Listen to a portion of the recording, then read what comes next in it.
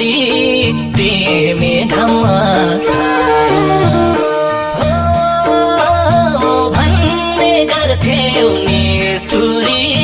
तिमी घाममा छाया आउँदो रहेछ सम्झना त छुट्यो अनि